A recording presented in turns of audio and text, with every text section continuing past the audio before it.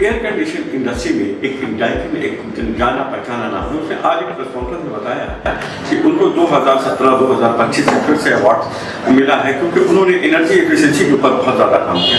उनका कहना है कि हमारे एसी जो है वो अल्फा AIT हैं, जो कि किसी भी कमरे का टेम्परेचर, जो आदमी रह रहा है, कितने लोग हैं, कितने टेम्परेचर की रिक्वायरमेंट है, उसी के हिसाब से वो AIT ऑलरेडी सेट करके दे देती है। इन सब के साथ साथ उन्होंने ये भी बताया कि जो इंटरनेशनली आज पूरी दुनिया में जो हालात हैं उनकी वजह से अगले महीने में 5 से कम 12% के बीच में कीमतों में बढ़ोतरी होने वाली है। तो इसलिए जो भी लोग एसी खरीदने की सोच रहे हैं वो इसी महीने अगर खरीद लेंगे तो कम से कम उनको 5,000 रुपये की सेविंग भी हो जाएगी।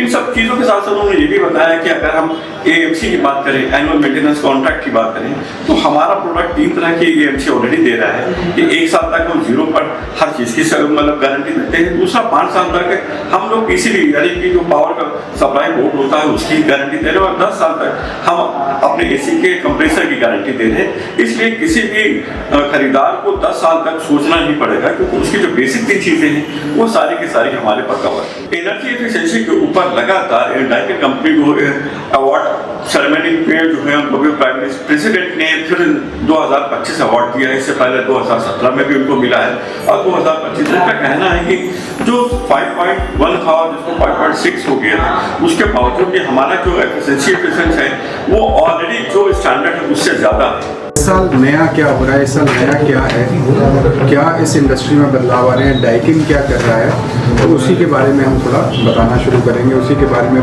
बात करने के लिए और पब्लिक तक और जनता तक हमारी बात पहुंचाने के लिए हम लोग इकट्ठा हुए हैं।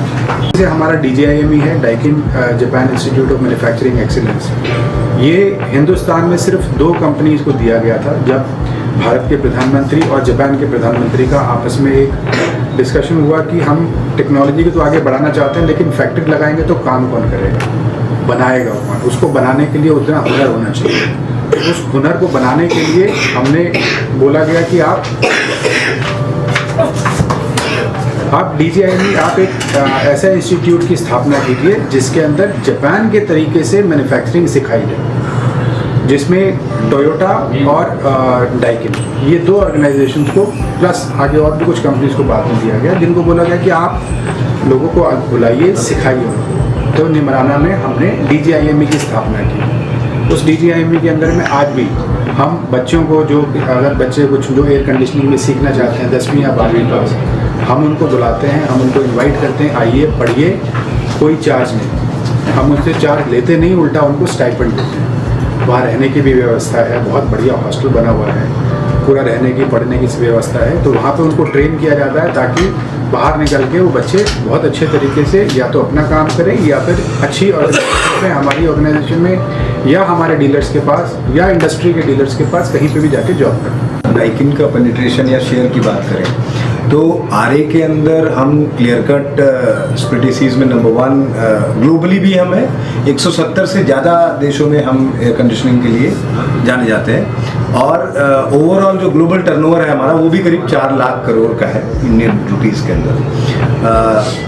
ईस्ट यूपी में बात करें तो लगभग 2 लाख टन से ज़्यादा की एयर कंडीशनिंग हमने 2025 के अंदर करी होगी। आई डोंट थिंक कोई ऐसा मतलब आसपास भी सेकंड नंबर जो ब्रांड होगा वो इस नंबर के आसपास भी नहीं होता है। तो 2 लाख टन की air conditioning in the year, जबकि 2025 हमारे लिए बहुत अच्छा साल नहीं रहा था। तो करीब 25% के आसपास की ग्रोथ तो मिनिमम हम फोर्सी कर रहे हैं आगे। और टर्नओवर में भी हम इतने एडवर्स सिनेरियो के बावजूद भी हम ग्रो किए हैं लास्ट ईयर। मतलब जो करंट अभी चल रहा है FY25 जो मार्च में क्लोज होगा उसमें करीब 15% के आसपास की ग्रोथ पे हम ये साल क्लोज करेंगे, जबकि इंडस्ट्री के लिए ये ऑलमोस्ट 15% की डी ग्रोथ के अराउंड लोग बात कर रहे हैं।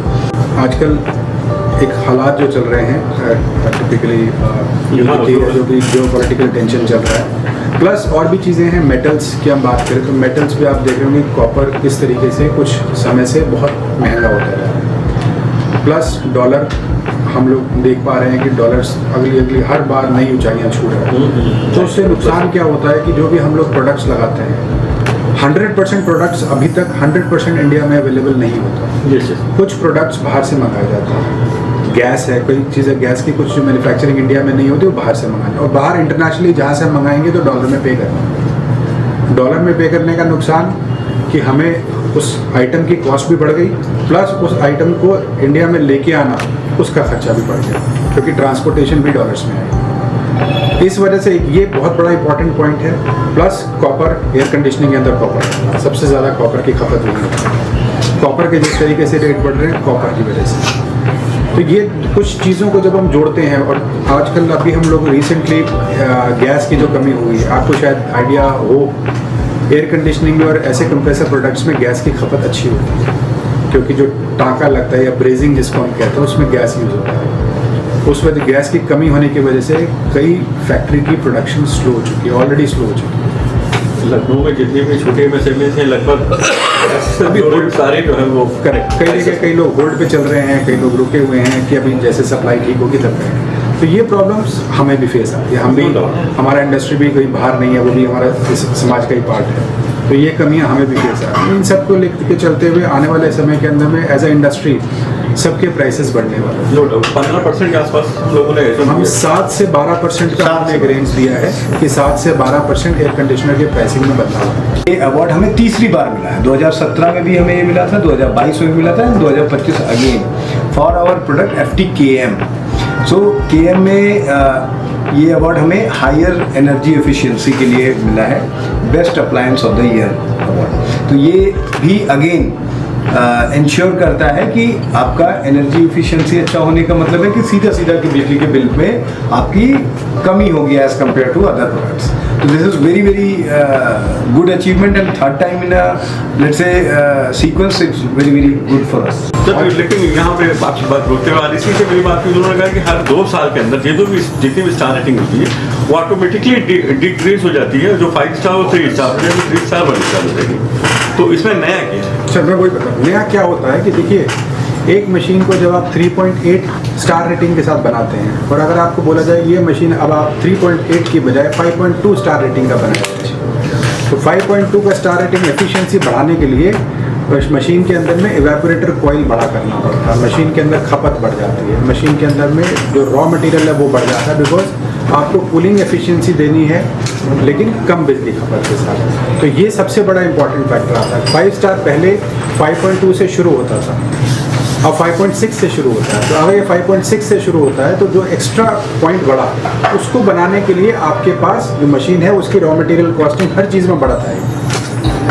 और बेनिफिट क्या होगा कि एक कस्टमर का अगर सपोज ऑन एन एवरेज अगर 3000 रुपये बिजली का बिल आता पुराने 5 स्टार में, तो आपकी सेम यूजेज के अंदर में 3000 के बजाय 2500 का चल जाएगा, बिल भी कम होता चला जाएगा। कस्टमर का बिल कम हुआ, वो बिल कम होने की वजह से बिजली अवेलेबिलिटी बढ़ेगी और जगह जगह और पहुंच पाएगी। सरकार का मेन यही रहता है कि जितनी आप बिजली बचाएंगे, बिजली बचेगी ताकि गांव-गांव में और घर घर के अंदर बिजली पहुंच पाएगी। अदरवाइज तो सारा AC ही बिजली खा जाएगा शहरों के अंदर में, तो गाँव में क्या पहुँचेगा। तो इसीलिए सरकार हर 2 साल के बाद रेगुलरली एनर्जी एफिशिएंसी बढ़ाने की बात करती है। आपके पॉइंट में ही थोड़ा मैं ऐड करता हूँ कि एक्चुअली नया इसमें ये भी रहता है कि डाइकिन हमेशा जो भी एनर्जी एफिशिएंसी के मानक तय किए जाते हैं भारत सरकार के द्वारा, ब्यूरो ऑफ एनर्जी एफिशिएंसी इसको गवर्न करती है, उससे 0.1, 0.2 रेट डाइकिन हमेशा एक्सेसिव करता है, जो कि कंज्यूमर के लिए उसका फायदा क्या है कि बिजली की बचत डाइकिन में हाईएस्ट कूलिंग के साथ साथ, कूलिंग मेंटेन करने के साथ साथ बिजली का कंजम्पशन कम होता है, मतलब पॉकेट में सेविंग ज़्यादा होती है। देखिए एक चीज़ यहाँ पे रोकते हुए कि 2 साल में होती है उसकी लाइफ। मान लीजिए कोई प्रोडक्ट है उसके 18 महीने या 20 महीने पूरे हो गए,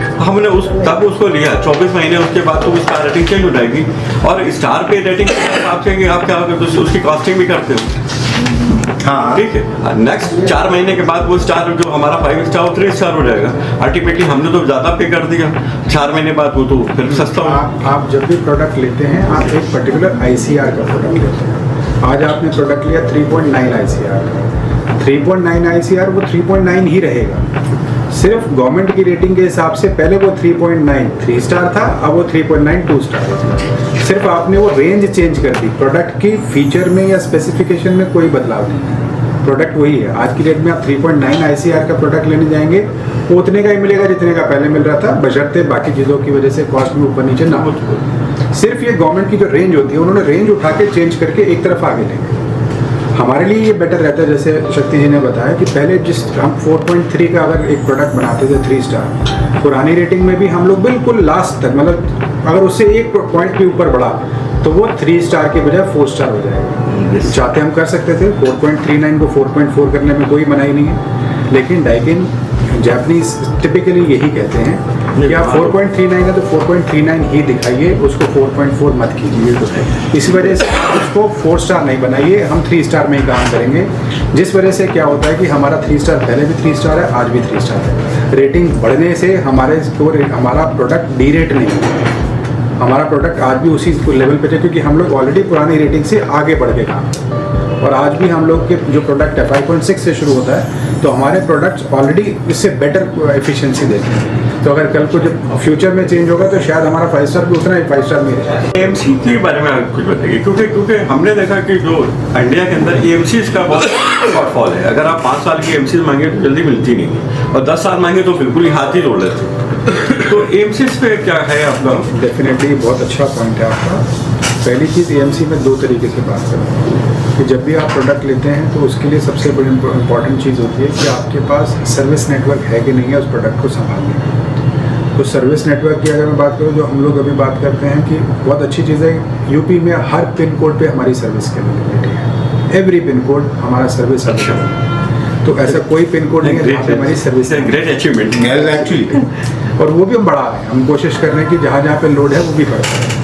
दूसरी चीज़ आती है कि एएमसी की ड्यूरेशन। आज की डेट में कोई भी नया प्रोडक्ट देते हैं, नए प्रोडक्ट के साथ कुछ बेसिक इनबिल्ट वारंटी आती है। उसके साथ हमारी टीम रेगुलरली उस कस्टमर के साथ टच करती है कि सर आने वाले समय में आपका प्रोडक्ट अच्छे तरीके से चले।